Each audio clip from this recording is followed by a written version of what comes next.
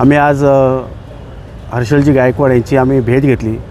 रिक्षा union आमचे कालापिला प्रणवदादा अध्यक्ष यांच्या मार्गदर्शनाखाली सर्व पदाधिकारी आणि रिक्षा चालक मालक असोसिएशनचे सगळे या ठिकाणी मोर्चा घेऊन आम्ही आलेलो आहोत. आम्ही या ठिकाणी उपायुक्तांना मागणी केलेली आहे की जे रिक्षा ड्रायव्हर त्या जे झाड पडून अपघाती झालेले जे रिक्षा ड्रायव्हर आहे आणि 2 पॅसेंजर आहेत, हे अतिशय हालाकीच्या परिस्थितीमध्ये जगत होते आणि आज त्यांचे मुलं-बाळं रस्त्यावरती आलेले आहेत. त्यांना लवकरात लवकर आपण त्यांचा मोबदला द्यावा, त्यांना मोठ्या प्रमाणात आर्थिक त्यांना सहाय्य करावं, ते जाहीर करावं.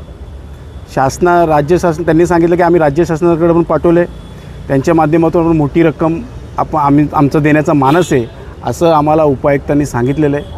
त्याचप्रमाणे रुक्मिणीबाई हॉस्पिटलमध्ये जी महिला मृत्यू पावली, त्या ताईंचा नवरा पण वारलेला आहे आणि त्या पण आज वारलेल्या, ते पण आज हयात नाही आहेत. त्यांची 2 मुलं ही सुद्धा रस्त्यावरती आलेत, त्यांनासुद्धा मोबदला मिळाला पाहिजे. मला असं बोलायचं की महापालिकेला स्वतःच्या घरातले पैसे द्यायचे नाही आहेत.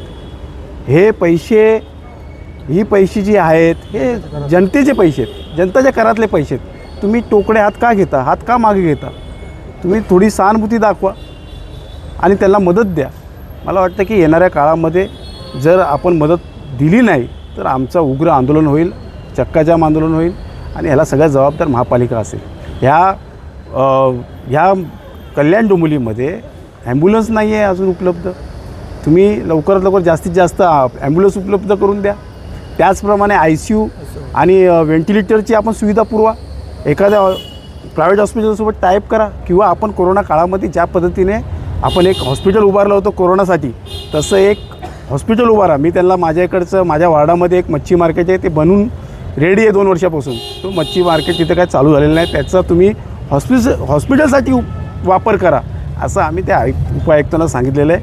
आम्हाला अपेक्षा आहे की लवकरात लवकर ते एक धनराशी जाहीर करतील. त्या लोकांना, त्यांच्या नातेवाईकांना जे मृत्यू पावलेत त्यांना धनराशी त्यांना लवकर उपलब्ध करून देतील. नाही केली तर आमचं येणाऱ्या काळामध्ये मोठ्या प्रमाणात आंदोलनं होतील.